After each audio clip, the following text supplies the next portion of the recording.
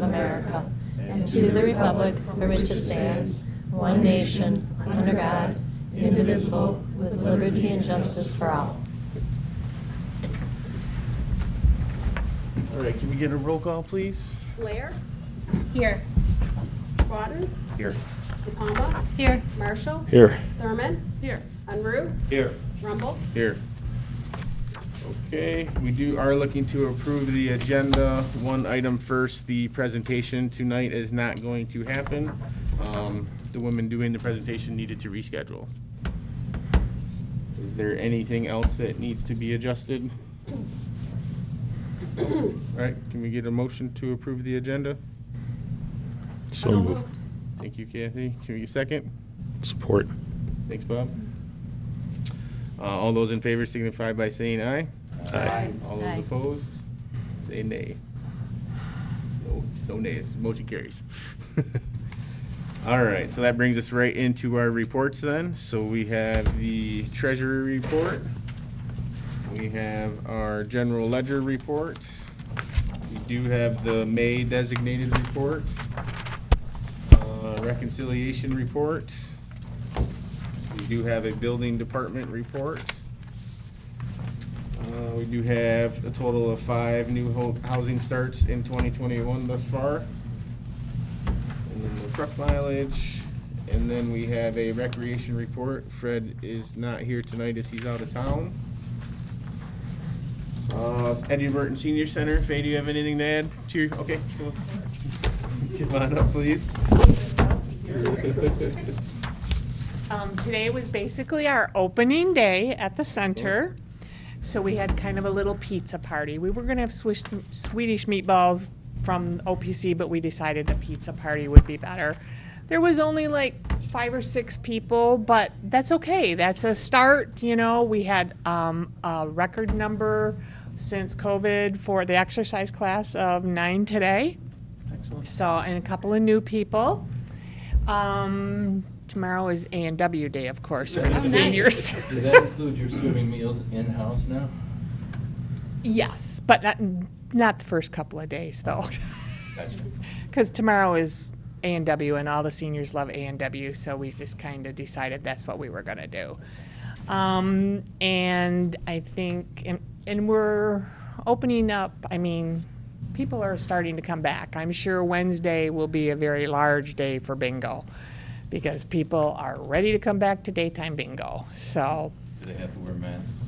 no, all that was lifted, so, I just didn't know for senior centers if they Yes. would like to do for medical facilities. no. Mm-mm. And then I'm sure you all seen in the Citizen, the Girl Scout troop erected and built and got donations for a blessing box, and it has gone crazy. The first day I went by it, and on Saturday or on Friday I looked, put some more stuff in there because some stuff was gone. Then I went by it on Saturday, and I seen other people had been putting stuff in. So it was, and a lot of different things. I even saw somebody put baby food in there, which I never even thought of. So that was a good, you know. And then some personal hygiene products. So, and I think it's really, really doing well. I drove by the center on Sunday, and when I was going by, I seen a lady filling up the blessing box, and I was like, this community is just awesome. Like, It is. it's just phenomenal, the turnout and people supporting that. Yeah. So, that's it. All right, thank you, Thank Faye. you. Thank you. All right, and then we also have a CDBG report, and then that brings us to our trustee reports. Dana, you want to start tonight? I don't have anything to report. My committees haven't met, and enjoy everybody's summer. Enjoy your summer, everyone. All right, Dana. Bob, do you have anything tonight? I have nothing, thank you. Okay, Steve? Yes, so our no planning commission meetings have been had, but board member spoke to Supervisor DePalma of Groveland Township in regards to sewer and how that, with all the grant money that was coming in, how that was supposed to come about. I sat there for an hour. I was excited to go over that, thinking we're gonna get this money to come in, and I ended up being disappointed. So it started out as a good thing. He was all excited. This manufacturing company was gonna put in like $2-something million to get hooked up to Genesee. And there was some other DNR money to come through Groveland. So him and the supervisor from Holly Township started working on this about 2 years ago. And I was getting excited every time they met with Genesee County. Every time they had a meeting, the price went up by like over 20 million. And he's like, we gotta stop having these meetings because now we're up to about 60 million for the price of this sewer to come across all the way down here. As you know, we also have money coming to the tune of $244 million. None of that's gonna come for us. It's gonna go to many other places that they're gonna do, like Consult, 5G network. Dave Coulter apparently has told Bob that we are not gonna use that to have any kind of urban expansion. So despite the fact that historically sewers have been really needed in the area, this now is gonna get kicked down the road yet another time, unfortunately. So nothing's gonna come of it as it sits right now. And that's just the county's ARP funds you're talking about, not That's ours. not ours, just the county's ARP money. Any other monies that was gonna go that could have helped to come over from Groveland through Holly, around that area is not, that's not even gonna happen. Yeah, we have another meeting coming up soon, but that was the way it was sounding too. Me That's, too. as it sat for last, Tuesday when I talked to him, it wasn't looking good. So here we are, All right. fortunately. That's it. Thank you, Steve. Kathy? I had no committee meetings this month either, but I did want to say thank you to everyone responsible for the 4th of July fireworks display. It was great and a wonderful way to celebrate the birth of our country. So it was a good turnout, a lot of sponsorships, so good thing. All right, thank you. Scott?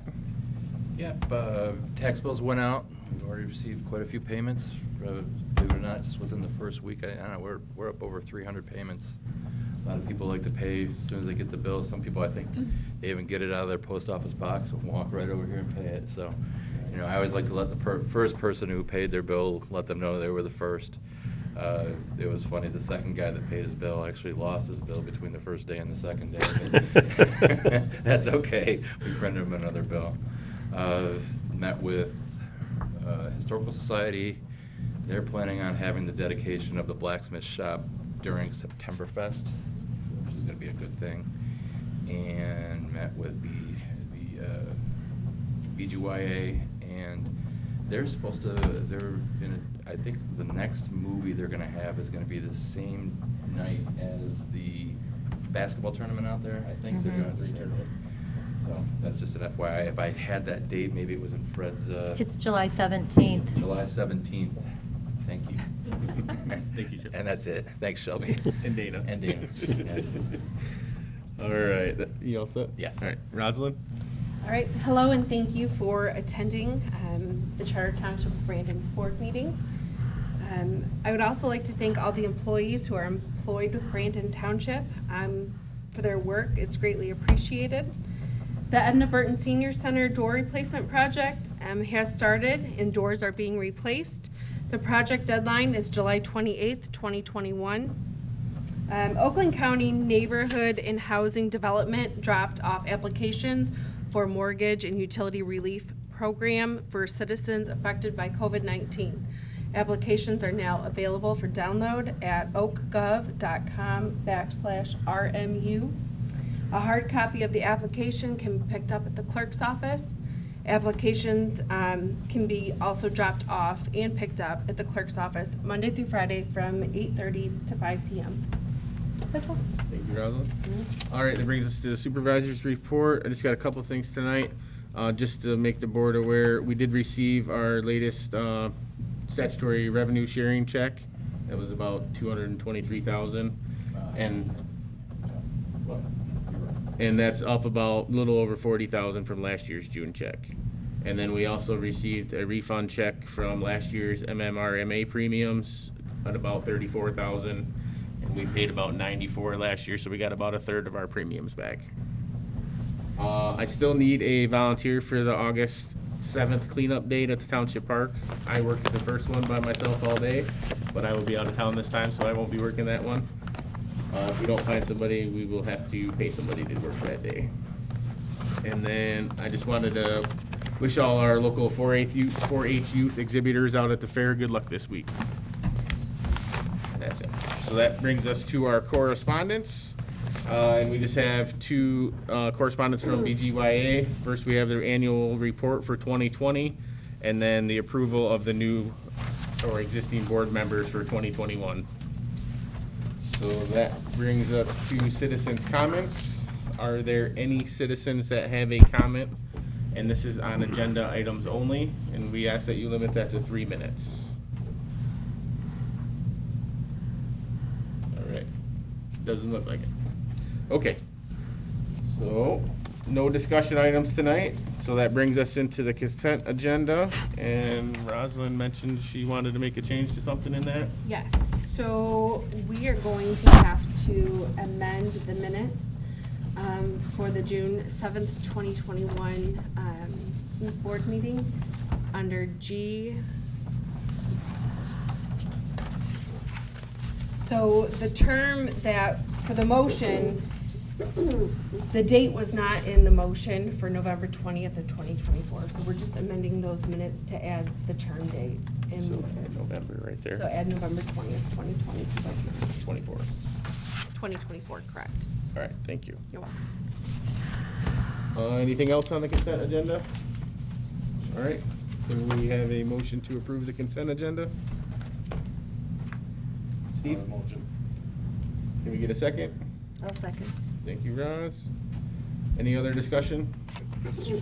Okay, roll call, please. Brodner, Yes. DePalma, Yes. Marshall, Yes. Thurman, Yes. Unruh, Yes. Blair, Yes. Rumble. Yes. Motion carries. No unfinished business, so that'll get us right into our new business. And the first three items are medical marijuana ordinance issues, and we do have the Township Attorney, Stuart Cooney, here. He's gonna join us up here to walk us through these.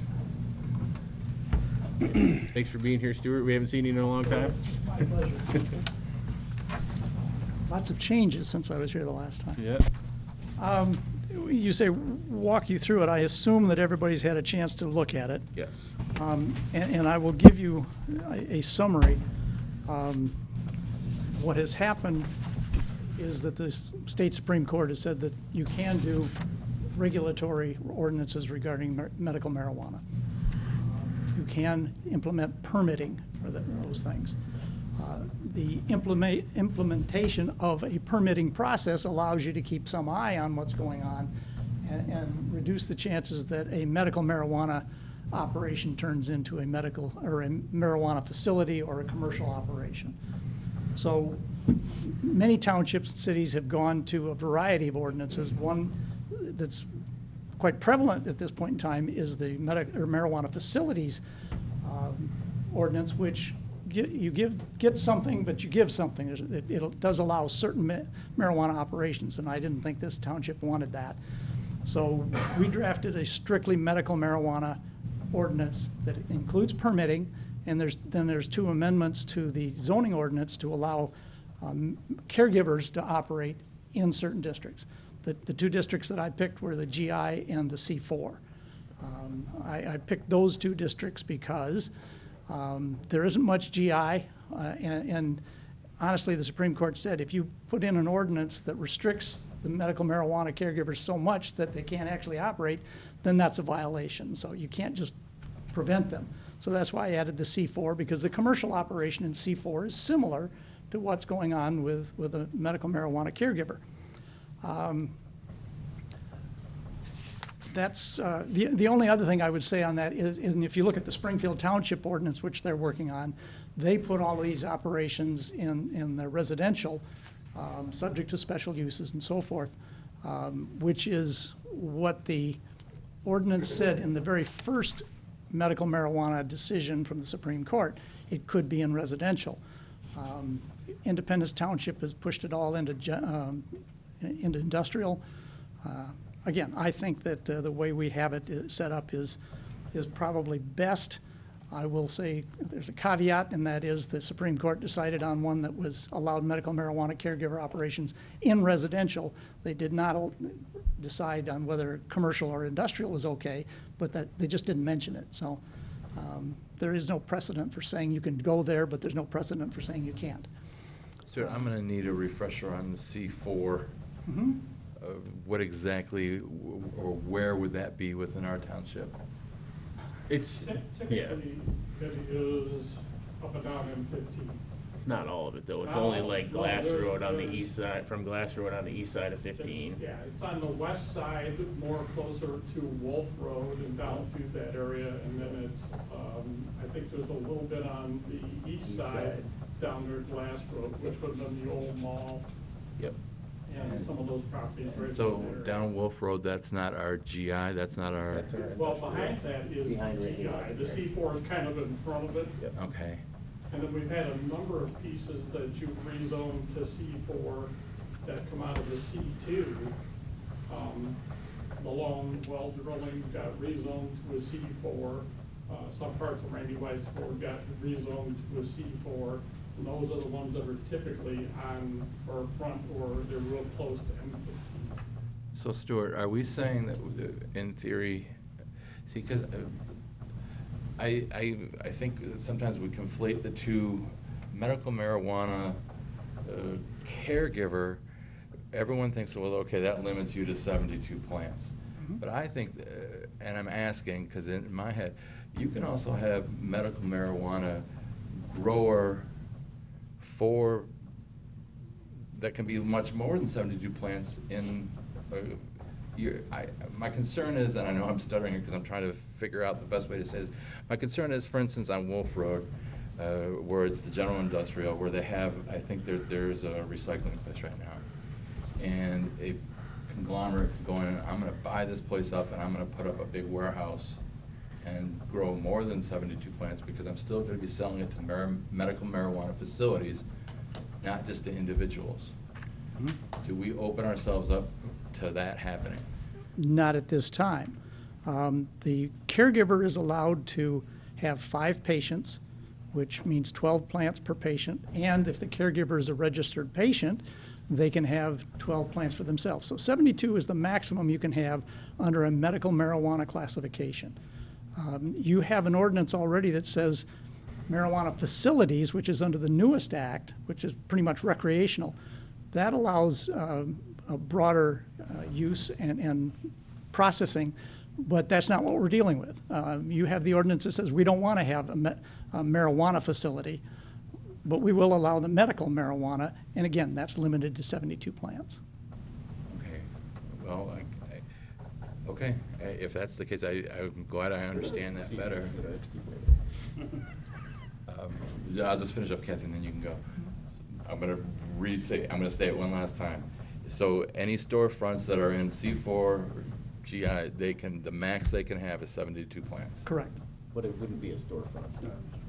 Well, if it's in that area, They can't. It still has to be an enclosed lock facility in order to grow the marijuana plants. Right. So you can't have Sorry, a the door storefront out wasn't front that good says, term. come on in and buy some. You can't sell it to no, I the didn't. general public. Storefront was the wrong term. Businesses along Yeah. M15. Okay. Kathy? Just to clarify things a little bit, maybe this will help Scott.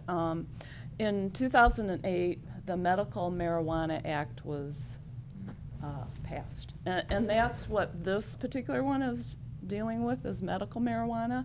And then more recently, marijuana was legalized. Recreational.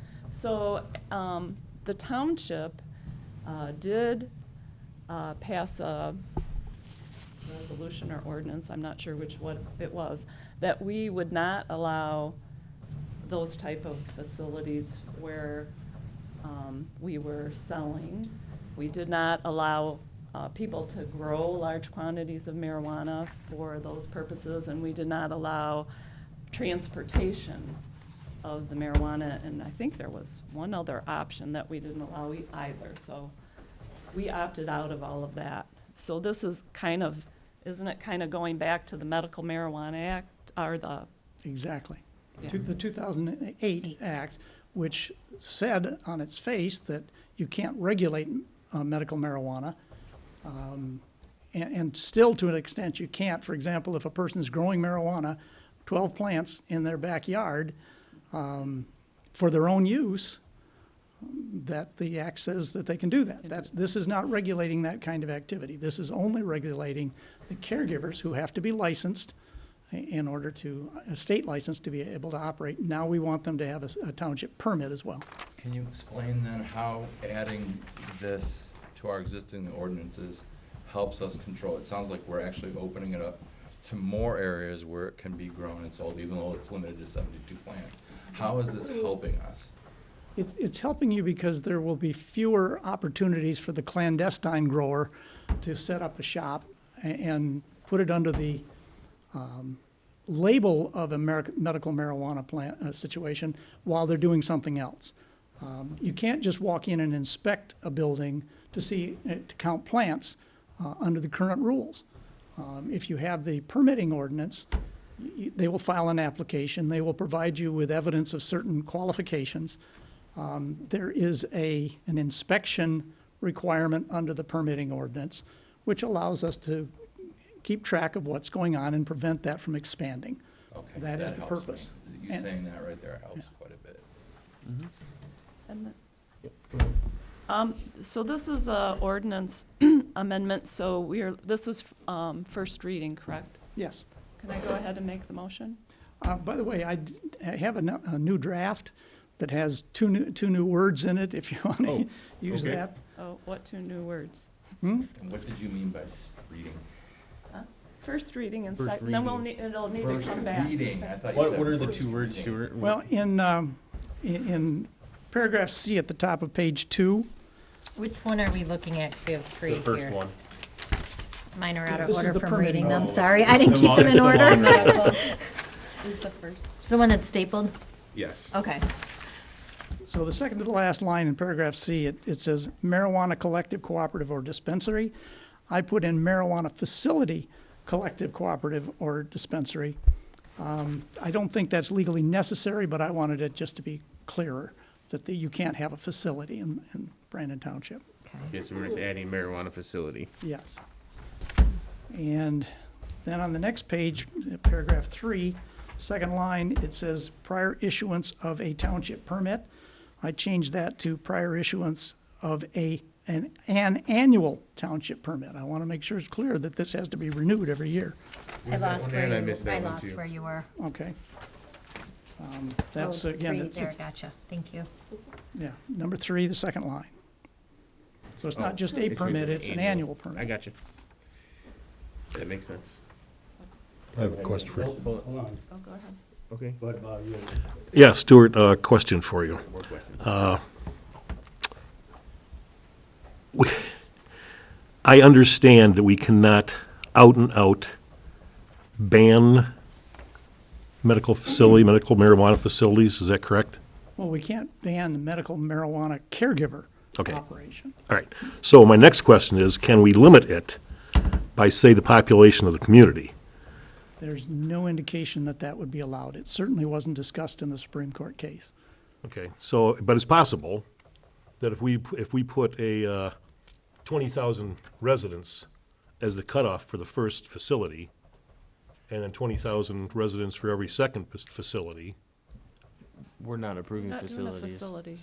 Yeah, first of all, it's not a facility. Secondly, you're only allowed to do what is supplemental to the Medical Marijuana Act.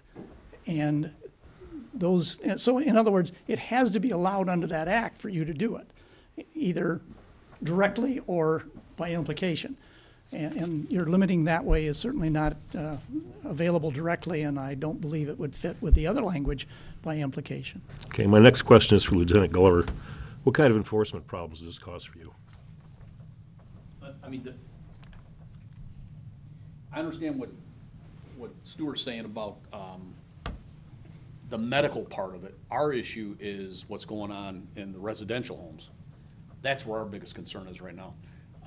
Because we field calls every week, some more than others, because it's going on in a residential home where the person doesn't even live there. Correct.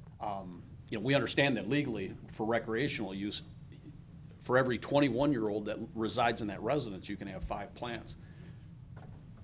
But we've got grow operations going in pole barns, and they're massive ones, and with basically no checks and balances. And the complaints about the traffic that's coming in and out of those places and the odor is off the charts. And that's our biggest concern. Okay. I mean, I do not want to see a storefront in this township. I've made it known, including the village. I don't want to see a storefront. I've talked with, me and Jason have talked, I mean, if there was something that it was like in an industrial area or a major grow operation and it was gonna benefit the township and it was in an industrial area, I don't have as much of an issue with that, but I do have, I know what Stuart's saying about the commercial part of it, but it does worry me a little bit about a facility going in on M15. I think it should be something that's industrial and not commercial at all, but I also understand where he's coming from that too, so.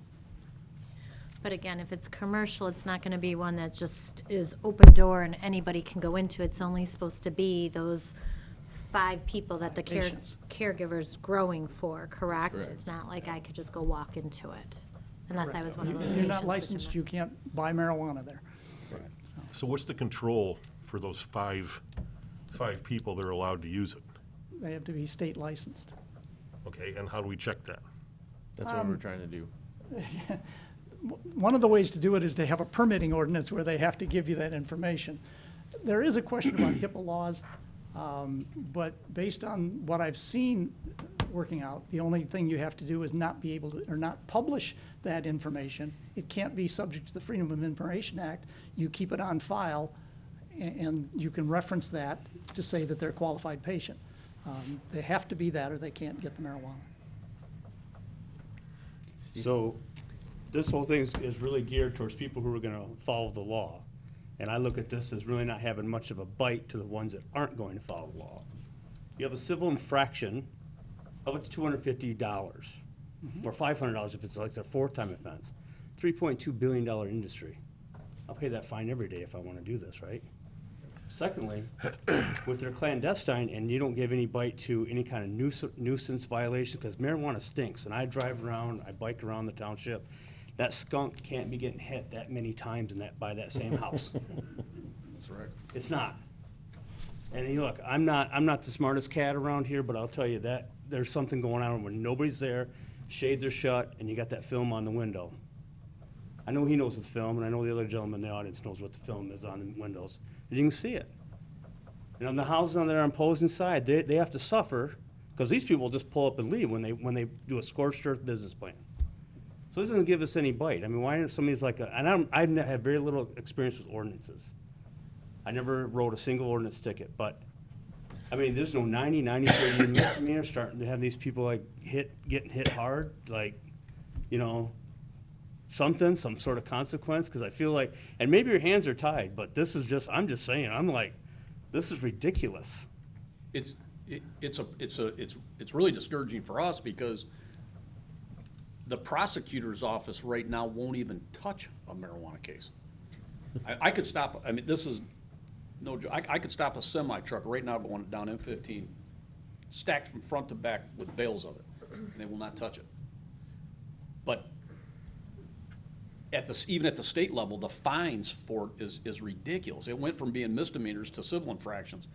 And I agree with you, Steve. I mean, we've had residents, for instance, where somebody is running a commercial business out of a residential home.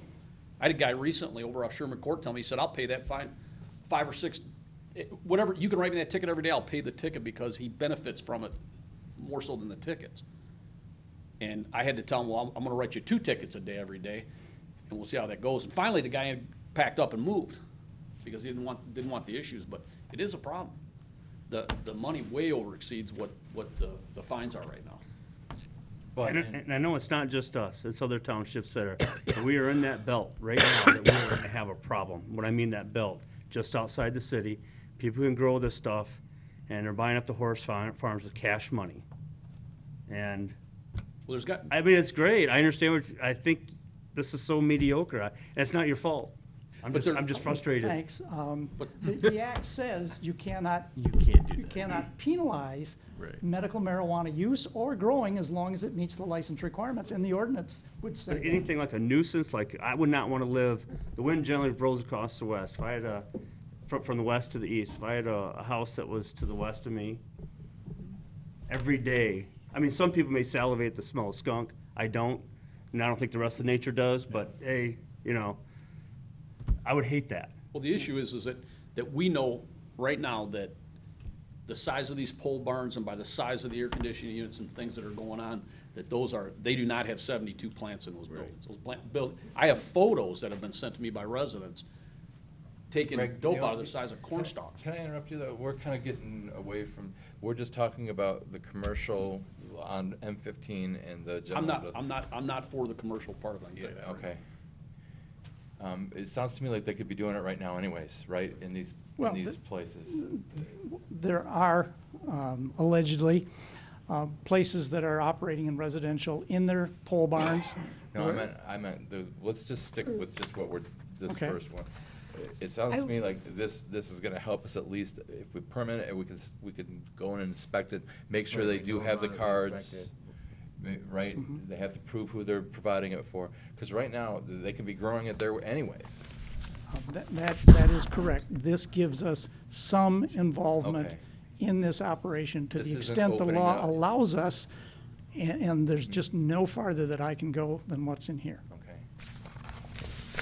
I guess what Scott's saying, correct me if I'm wrong, Scott, so what you're saying is that this helps us permit, because without this, they could be there anyways, correct? Yes. Because Okay. we just never required a permit. So that someone could go and buy a building on M15 in the C4 and be doing it anyways. Yes, But now we're requiring a permit for them to do that. under the medical provisions, yes, and that gives you some enforcement and fact-finding information that you don't have now. And if we didn't pass this, they could still do it, and we just wouldn't know they're doing that And then there. we can't go inspect it if we do find out. Right, so it is helping us with that at Yeah, least, it's less than perfect, but it's better than nothing. How's that? because nothing, they could still do it, and then we have no control of it. Okay. Or no knowledge, or whatever you want to call it.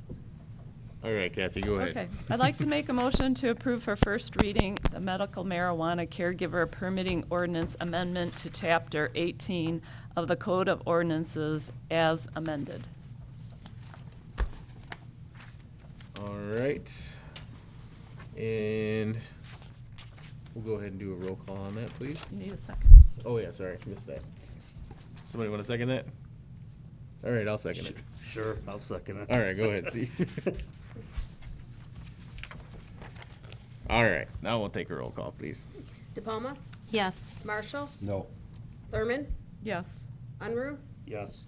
Blair, Yes. Broughton, Yes. Rumble. Yes. Motion carries. And then we have the other two that just amend the zoning portion of it, correct? Right, those have to go to the PC to be reviewed. So we want to just make a motion to take can those to the PC? Yeah, I don't think that requires any discussion other than the motion unless you want to say, well, we shouldn't send it to this, we shouldn't do the C4, we shouldn't do the GI. That would be the only thing to discuss if you're going to have the marijuana ordinance or the permitting ordinance. Okay. Okay, so So we can't adopt these until it goes to the PC and The they first one we send can. it back? You can accept it as a first reading and first refer reading? it to the Okay. PC, yes. Go ahead, Russ. So we are going to vote on these individually, correct? We probably should, since they're different areas. I'll make a motion. Okay. Okay. I'd like to make a motion to approve for first reading the amendment to Chapter 46, Article 3, Section 46-211 of the Code of Ordinances as presented. Yep, that's right. Okay, do we have a second?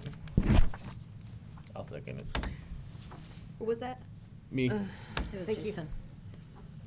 Okay, is there any discussion? Rosalind, you want to say Yes. something? Okay, so you seconded that. This is for the mixed use, right? Yes. Okay, so if we need to regulate, like, okay, so obviously, if someone's gonna break the law, they're gonna break the law, right? That's just how it's gonna work. So if you really want to, I don't think it's a good idea that we have a commercial place in our town. I don't really feel that we have the layout, like the industrial spot for this. So if we wanted to regulate this, would it be, and I'm just kind of throwing this out there because I've been thinking about it. Right now, to pull an electrical permit, they have up to 400 amps that you can pull. You can run a home, even a generator, everything on 200 amps. So couldn't you just regulate it by the electrical permit that they're taking and then having to bring it to the PC? And then with like a letter of intent or something to regulate this so that they're not having like a storefront? Well, This doesn't approve a storefront. Or not a storefront, I'm sorry, I'm using the wrong term. The commercial. yeah, Rosalind and I discussed this. We really needed Stuart here tonight to explain everything that was going on here. These are just really addendums to what we just approved, right? Correct. Just to, They implement what you just, Right. Yeah. approved. we're not talking about commercial, we're not, No. It's purely the medical. right. Stuart, do you want to respond to what Rosalind said at all, or? By having the ordinance, you have a greater ability to ask what they intend to do with that 400 amp service. If, for example, they come in and ask for a permit for 400 amp, previously, before we got kind of involved in this idea, it was just a matter of whether it met the code, and not Brandon Township code, but building codes and that sort of thing. And if it did, there wasn't any facility for saying, no, you can't have it. Once we kind of figured out that might be going on, we changed the application process to make them disclose whether they're doing a licensed operation of some kind. But this permitting ordinance lets us ask much more pertinent and direct questions, and not trying to trick them into something. This is it. Are you going to be growing marijuana as a caregiver in that facility? It's there. We can ask for it. And it allows permitting, which the 400 amp, I'm not comfortable that just putting in a requirement for disclosure to get a 400 amp service is enough, as compared to what we're suggesting here. Anybody else? All right, so we have a motion and a second. Can we get a roll call, please? Marshall? No. Thurman? Yes. Unruh? Yes. Blair? Yes. Broughton? Yes. DePalma? Yes. Rumble? Yes. All right, so we have the last one, which is for the general industrial. Kathy, you want to do that one too? Sure. The other two? I'd like to make a motion to approve for first reading an amendment to Chapter 46, Article 3, Section 46-214 of the Code of Ordinances as presented. Okay, and I will second that as well. Is there any discussion on this one? Nope, doesn't look like it. Can I get a roll call, please? Thurman? Yes. Unruh? Yes. Blair? Yes. Yes. Broughton? Yes. DePalma? Yes. Marshall? No. Rumble? Yes. Motion carries. Stuart, can I ask before you take off here, because it's really not Mr. on the agenda. Denon has asked me to stay a little while, Oh, so. okay. Can we discuss in the future, because we would need it on the agenda, are there things that we can do to help residential areas where people are buying up properties, not to live in them, but only to grow in them? Are there things that we can do to help the officers do their job? We can always amend to add or delete provisions from the permitting ordinance. It's a regulatory ordinance, it's not a zoning ordinance. You can always do that on just 2 readings and not having to refer it to the PC. Atlas Township, I remember reading that they were actually gonna require permitting even for homeowners, caregivers doing the same thing in residential as that. You could do that here. We're- But that means you have to allow it in a residential area Not if they allowing meet it. the We're not right now. qualifications. That was what, it was the idea coming into this that we wanted to limit it to a place where it's not going to be offensive to the next door neighbor. And that you had to get it out of residential to do that. Okay, so it's not allowed at all right now. Again, I didn't understand. As a that. caregiver operation, it is not allowed Right. under this ordinance. Yeah.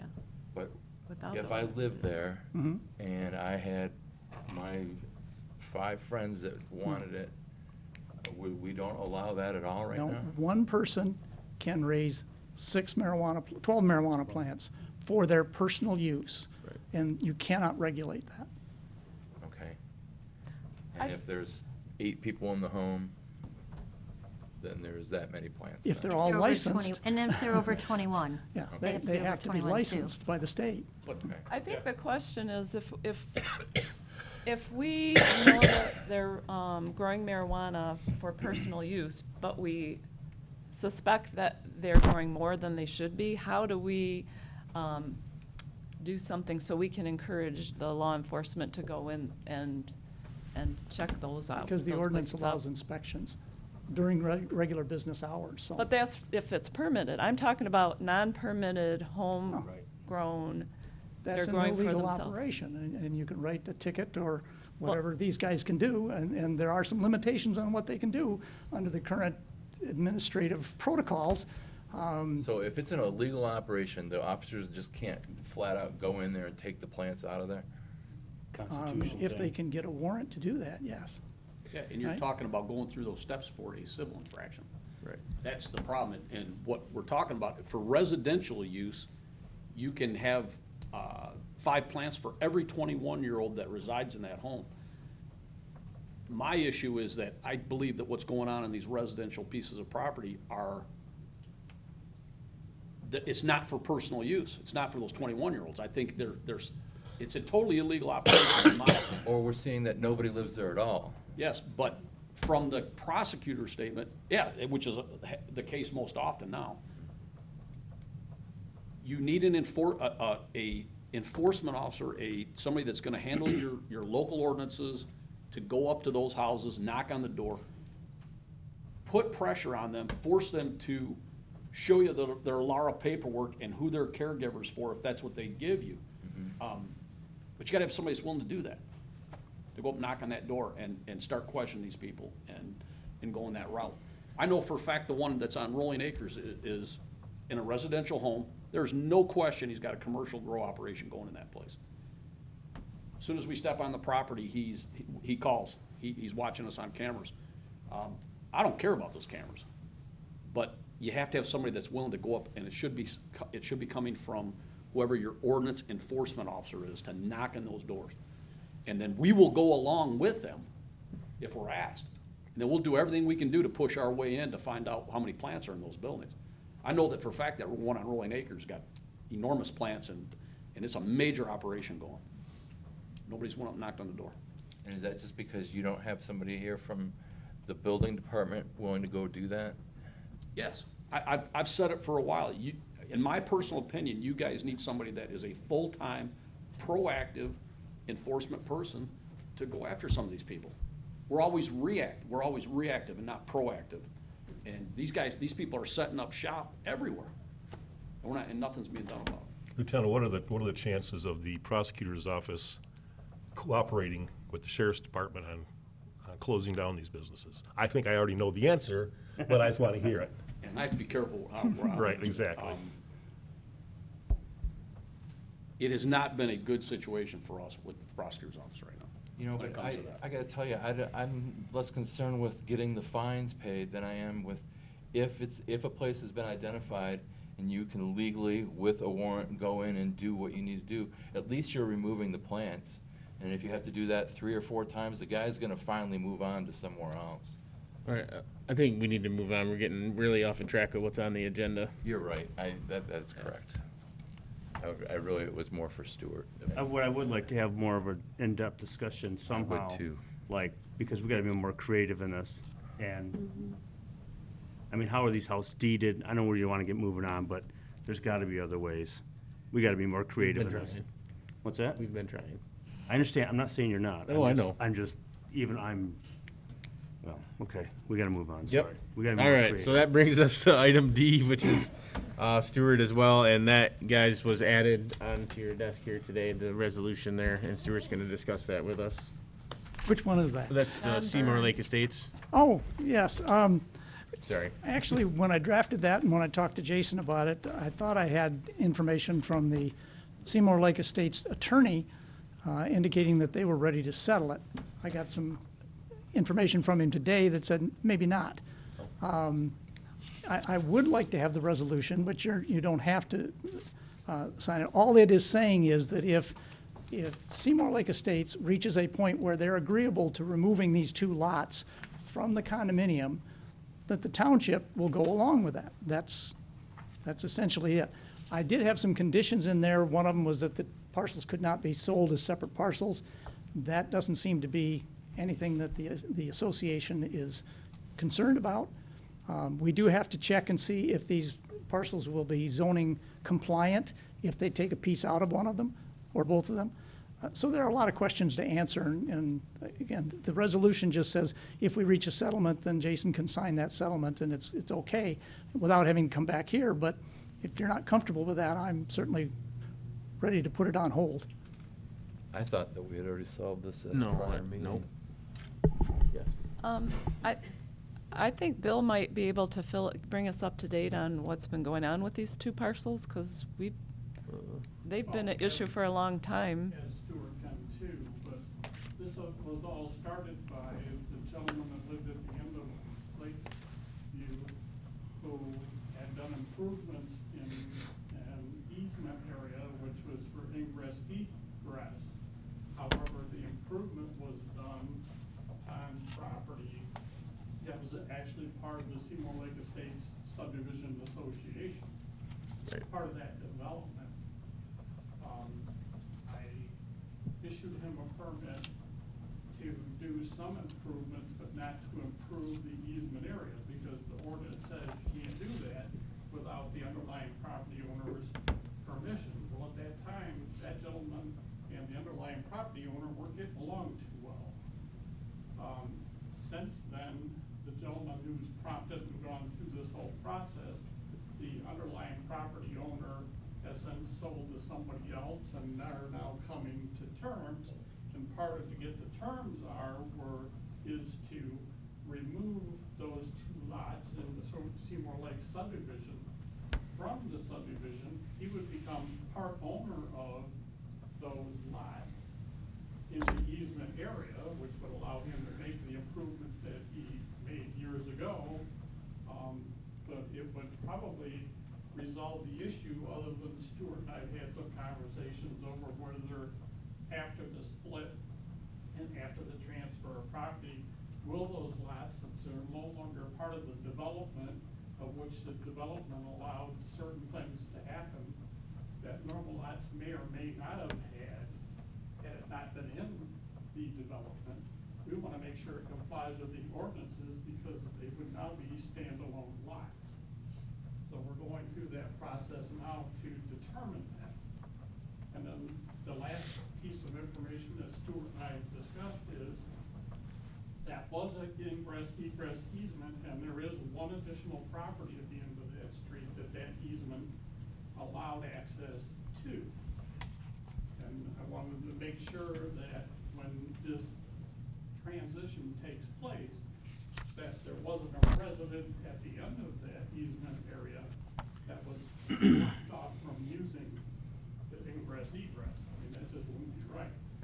So I think that part of it's been resolved. Yeah, that resident was also a defendant in the lawsuit, and he signed a consent judgment saying he doesn't care. So that helped to precipitate the discussions that are going on right now. As I said, my difficulty has been that the the plaintiff has been not forthcoming on certain things, such as what he intends to do with the property once he gets it. That was something that the association and the plaintiff would be discussing, not us. We're just sort of in a, let's see what happens position. But since it's not going as well as I thought it was, as I said, I'm not pushing you to sign the resolution tonight. So it's not as close as we thought it was. No, it really isn't. Okay. I do have a question about it, though. So if we were to sign this, and if it went through, it's not just for that owner of the property. If the gentleman who owns the main property that's joining these two parcels to whatever we approve stays with it, so someone later on can't do something different when they buy that property and say, these two are split off and stuff That like was my intention when I drafted the resolution. Okay. Again, the information that came to me this morning indicates that it may be more complex than that, and they may still want to use it as individual parcels, and that's where Bill's comment, whether it's zoning compliant or not, comes into this, and I didn't expect that to be the case. I'm not comfortable until we know all the facts. I'd like to make a motion. Okay. I'd like to make a motion to postpone the litigation with John Byrne et al. Regarding removal of 2 units from the Seymour Lake Estates condominium until the township attorney is comfortable with this resolution. I'll second it. All right, any other discussion? Okay, who seconded that, I'm sorry? I did. I was gonna say, if not, I will. Yep. Doesn't sound like there's any other discussion. Can we take a roll call on that, please? Sure. Unruh, Yes. Blair, Yes. Broughton, Yes. De Palma, Yes. Marshall, Yes. Thurman, Yes. Rumble. Yes. All right, thank you. That brings us to the assessor's contract. Our assessor has been working with an expired contract to kind of slip through the cracks on us. He's been handling all our assessing needs, and he's an asset to this township. We're recommending, or I am recommending, that we renew his contracts, and I've attached those for you guys. And he does have 2 separate contracts. He has an employment contract and then a contract for supplemental assessing services. So I guess we can, is there any questions on any of those? I'll go ahead. Go ahead. I'll go ahead and make the motion to approve the assessor's contract for supplemental assessing services for $65,000 per year for June 10th, 2021 through June 9th, 2024, with an effective date of June 10th, 2021 as presented. Support. So Rosalind and Bob. All right, so we did the second motion first, which is okay. So Oh. that's fine, no worries. We have a motion. Oh my goodness. Can we get a roll call on that, So please? sorry. No problem. Doesn't matter. Blair? Yes. Broughton, Yes. De Palma, Yes. Marshall, Yes. Thurman, Yes. Unruh, Yes. Rumble. Yes. All right, would somebody like to make the other motion? I'll make the other motion to approve the assessor's employment contract for $6,000 per year from June 10th, 2021 through June 9th, 2024, with an effective date of June 10th, 2021 as presented. All right, and I'll go ahead and second that one as well. Any discussion? The only discussion I think is just for newer board members, the reason that we had to do this was, Kathy, the reason that we had to have this separately. There was a reason for it, I can recall, I don't remember it myself, but there was a reason that we had to do it this way. Sorry, didn't mean to put you under the gun, because I don't remember it myself, but it was one of my very first meetings as a trustee. There was a question regarding hiring an assessor as a contracted employee, as Right. opposed to hiring them as a township employee. So this makes So- him a township employee. yes. That's what it was, Yeah. okay. Okay. How many parcels do we have in Brandon Township? Roughly 6,000 is 6,000? the rough number. Yep. Jason, did you support that? I did. Okay. Is there any other discussion on that? Okay, can we get a roll call on the second motion, please? Broughton, Yes. De Palma, Yes. Marshall, Yes. Thurman, Yes. Unruh, Yes. Blair. Yes. Rumble. Yes.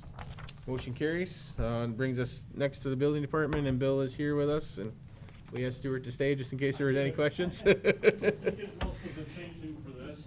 And this is the second reading. This is the second reading for the accessory building ordinance. Yep. If you remember the discussions from the past, there was certain references made to the GAMP standards and how the state regulates those types of things, and Mr. Marshall had brought that up.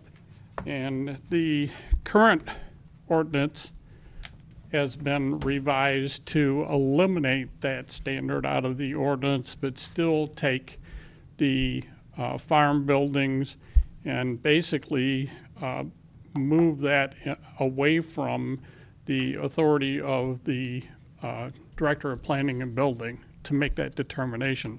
So pretty much the accessory building ordinance would be as it stands by itself, unless, and I'll let Stuart fill in on this one, GAMP standards are a state law. They do apply where they do apply, and no matter how we write our ordinance, we can't get away from that. So if in fact somebody does qualify, and if the GAMP standards actually addresses the structures, then that is still going to apply. Otherwise, it won't apply. So I think we've resolved the issues that were brought up by Mr. Marshall in the past. So we're looking forward to moving this on and adopting this ordinance. Just make it easier to deal with throughout the community. Now, that all being said, and I don't want to open up Pandora's box because you already closed it earlier referencing medical marijuana, but if you limit the size of your buildings around town, you're probably less likely to have big marijuana growing places. So keep that in the back of your mind as you look at this ordinance this evening. Another tool in your tool bag. All right. Any questions? When was the first reading? Was that? I don't remember. 3 Oh, months ago? on Zoom a while ago? Yeah, it was on It Zoom. was on the Zoom one. Yeah. Okay. Yes. It's been February. I didn't know we passed it for first reading. I thought it didn't go. As far as I know, we didn't. That's what I thought. I thought it didn't go through for first reading, so that's why I didn't know this was second reading. No, we passed it for the first reading. We brought it back for a second and didn't pass that. Yes. Okay, so now we're back to. this is the second Because the time. first reading went through, the second one didn't. Now we're trying a second one the second Correct. time. Gotcha. That's where I was confused. I'm like, but first reading passed, second reading didn't. I thought we had to start all over, like you had to do No, a you first only have to reading. start over if you have a substantial change. Okay. There was not a substantial enough change in the revisions to accommodate what the concerns Mr. Marshall had to run it back through the system all over again. We can pick up where we stopped and move forward to the end. Okay. And so there's some changes from this from the first reading? It eliminates the referencing standards to the GAMPs. Okay. That's what your little packet was. And Stuart's here to confirm what he did with that, because he actually did the yeah, it's your fault. You can't blame me anymore. I only show up at meetings here now. I guess I was trying to figure out what changed between the two, but. It removed the reference to GAMP standards, and like I say, Mr. Marshall was very concerned that we give that authority to the state. So we basically took that reference out, and it only applies where it applies to the state law anyway. And this was never intended for farm animals either. It was only for accessory structures, and that kind of got lost in That's- translation at the last meeting. Yeah. Exactly. This deals strictly with accessory structures, has nothing to do with how many animals you get and, you know, whether you're a farm or not a farm per se.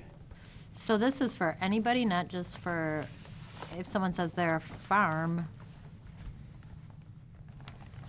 Because I You always can't see, just say you're a farm, though. right, but I'm concerned because it seems like, and this is what I've been told in the past, is that why make a ordinance if we're always going to be asking for variances? And whenever I read a bunch of variances for barns, it's because they can't, and they want to be in the front yard because they can't because of a, but that's what you got here, except when parcels are fronting on a lake, river, stream. Correct. We cured that because everybody that lived on Allen Road was on a lake, didn't want their accessory building On the lake. on the lake. lake, They right. wanted it on the street, which made, I mean, Perfect when you think sense. about it, perfect sense. Right. Right, because actually when you live on your So- lake, your front yard is on the lake. Your front yard isn't your driveway. is Well, on- not by definition, but yeah, But most that's what people most think of it people that call way. that, Yes. right. Okay. All right. I will make this motion to adopt for second reading ordinance revisions of section 46-2421C as amended, repeal section 46-242-1D2, amend sections 46D42-3 and 46-282B6 as presented. I'll second it. Is there any other discussion? Who seconded that? Steve Monroe. Steve? Okay, then I will ask for a roll call, please. Palma? No. Marshall? No. Thurman? Yes. Unruh? Yes. Blair? No. Broughton? Yes. Rumble? Yes. Motion carries. And that brings us to the clerk's items for tonight. So we start with the Upper Bushman SAD. Thank you, Stuart and Bill and Lieutenant Glover on all that stuff. Thank you. A resident dropped off a petition for the Upper Bushman Lake Algae and Weed Control SAD number 3. Along with the petition, a letter from Aquaweed for a cost estimate for years 2022 through 2026, and a letter regarding the outlet cleaning with the cost estimate was submitted to the clerk's office.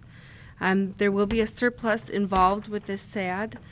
The board will have to vote whether they will be taking action to move forward with this Upper Bushman Lake Weed and Algae Control SAD. If the board votes to adopt the resolution, the cost estimates will be available at the clerk's office starting July 13th, 2021.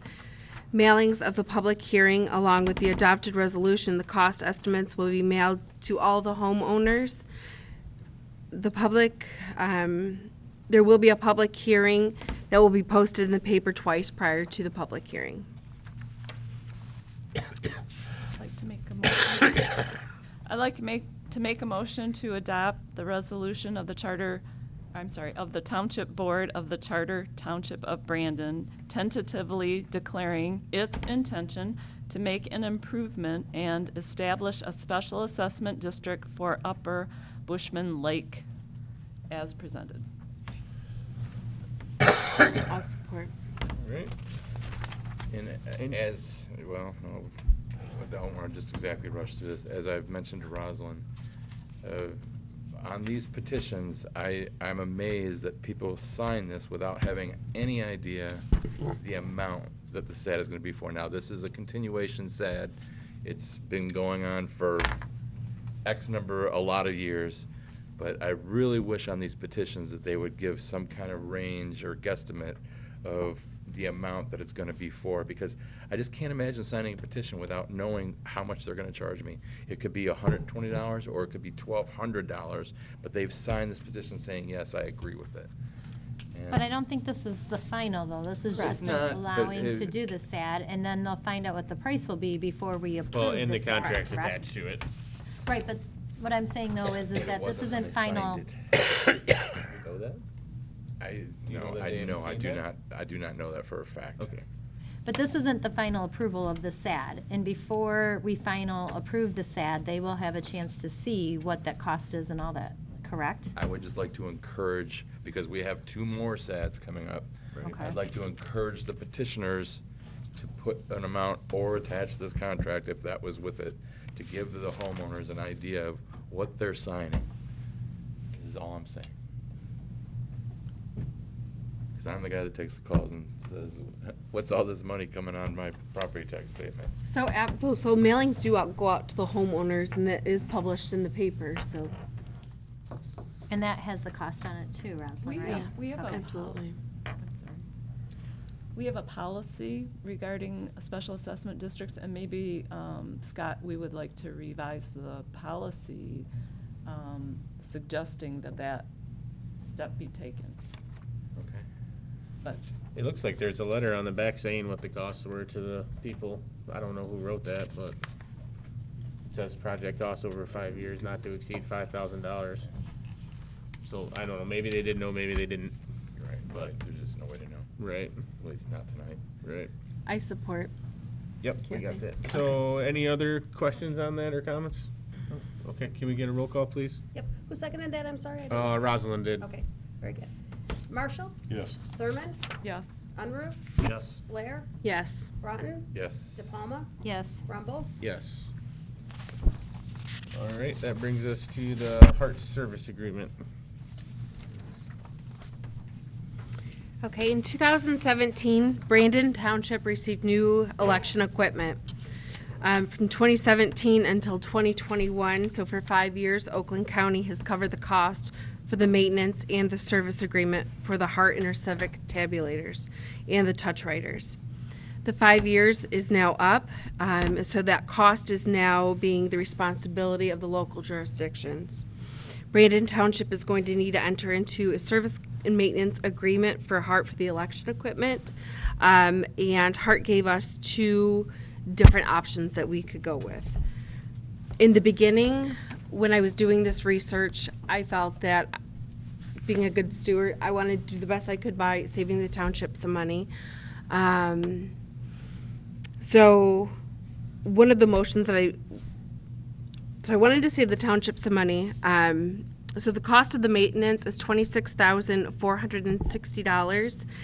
If it's paid in full by July 30th, we will receive a 10% discount of $2,646. So it'd bring that cost down to $23,000 roughly.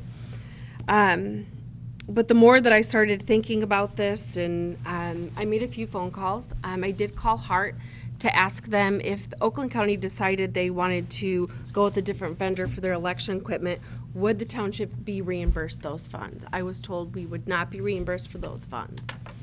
I did contact Joe Rozelle, Oakland County Elections, asking him if he foreseed changing the election equipment down the road.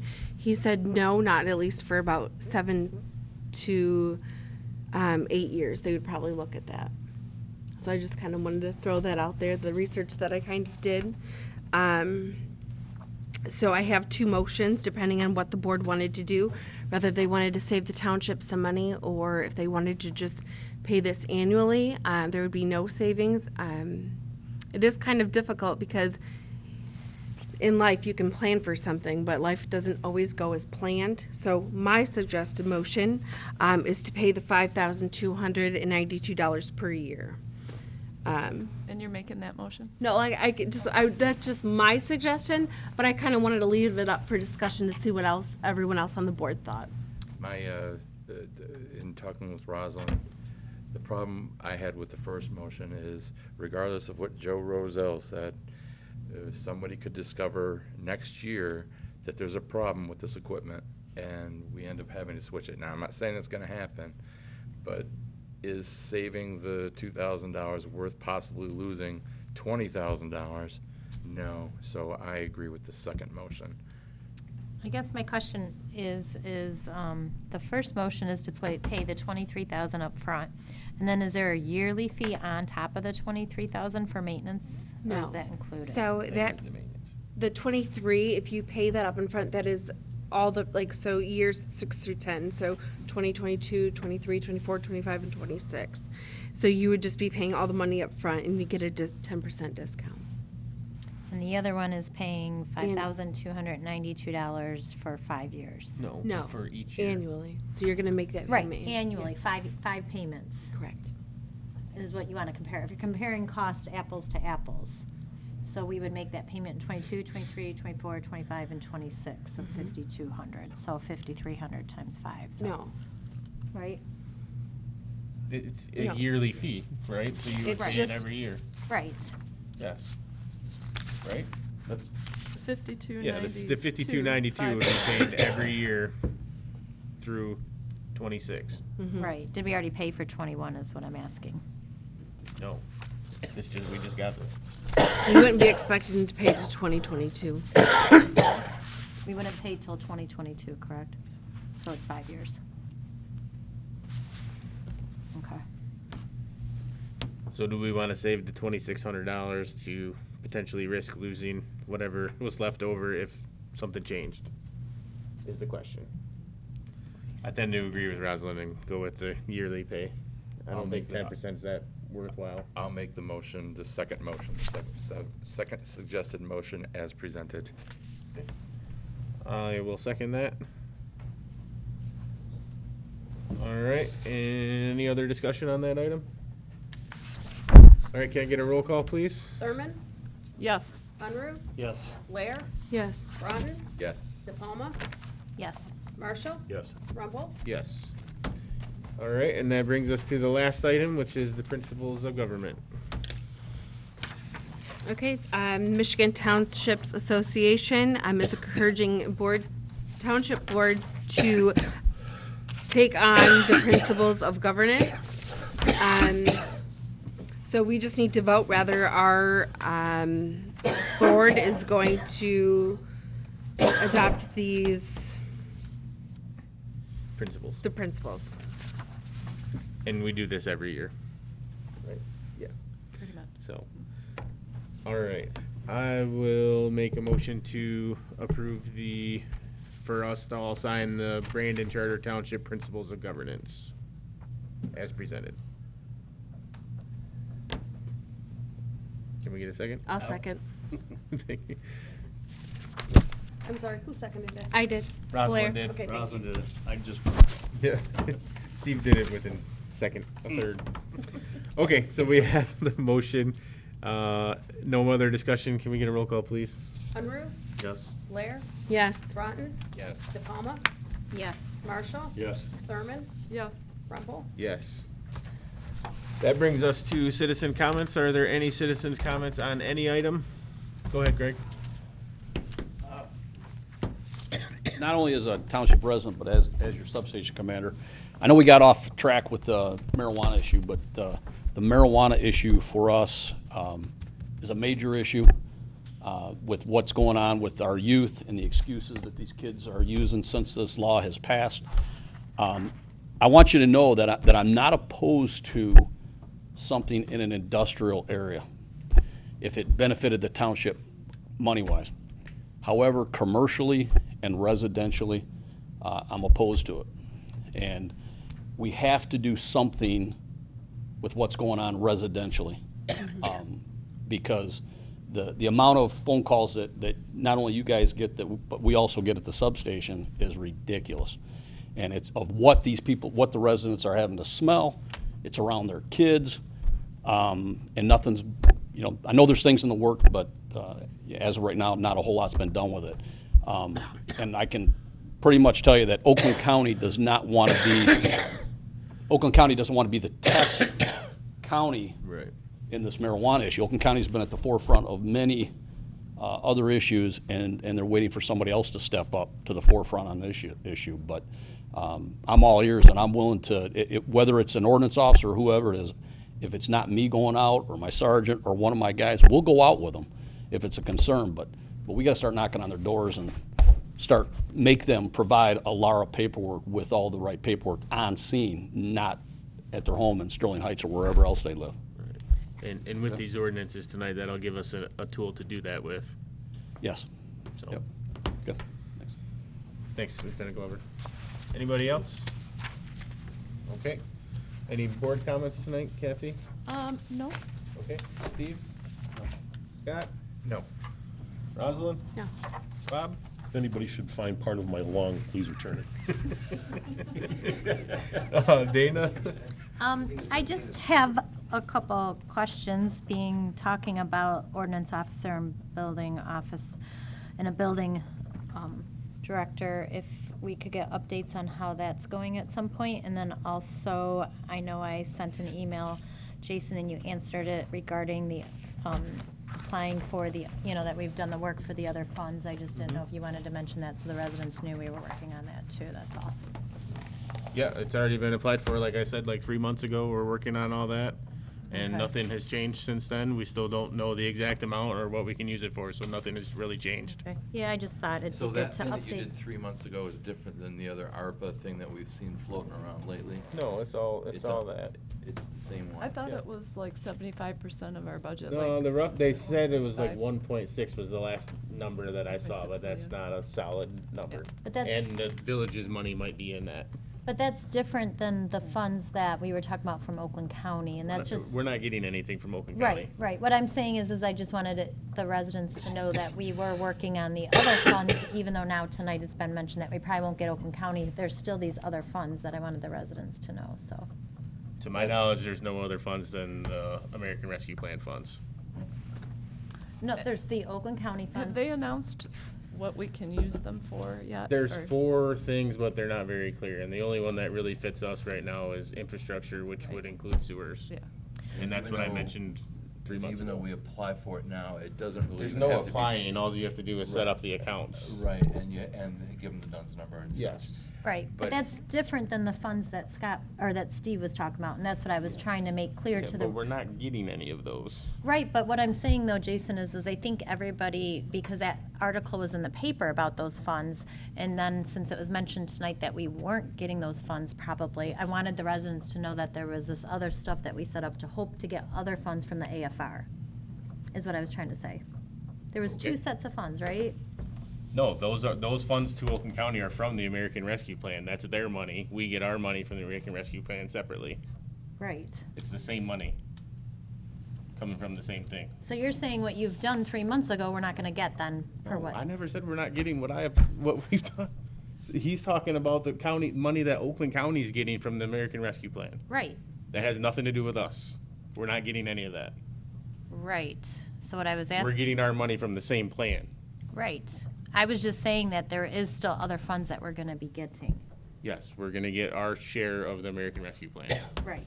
Nothing from Oakland County. Correct. Well, pay for still, I said 1.6 million isn't gonna. No, it's bring not gonna the touch that, sewers but we gotta meet, That and discuss that other ain't gonna funding do options, nothing so. for Right. I just felt like after, when Steve made his report, I was like, I didn't want the residents to think we weren't getting those other funds, is what I was trying to say. That's I all. gotcha.